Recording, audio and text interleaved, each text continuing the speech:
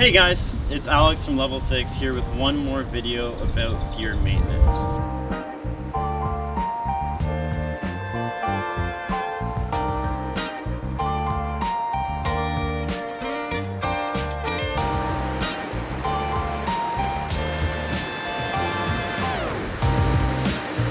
Today, I actually wanted to take the time to talk to you, not really about maintenance practices, but why these videos we've been making are so important, or why they're so important to us.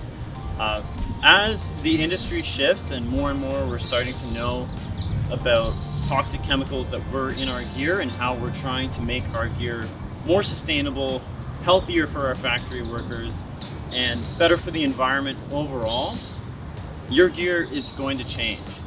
We have to be better at educating you on how to take care of your gear. It can't be the fine print buried on some web page in the background anymore.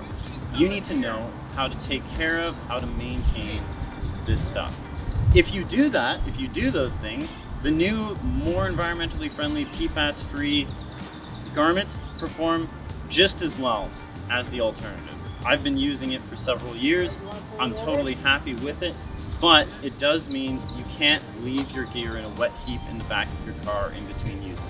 Speaking as a former raft guide, totally guilty of that, but you can't do that anymore. You actually have to take some of the onus on yourself to take care of your gear, and for that to happen, we have to be better at telling you how to take care of your stuff. I'll see you on the water.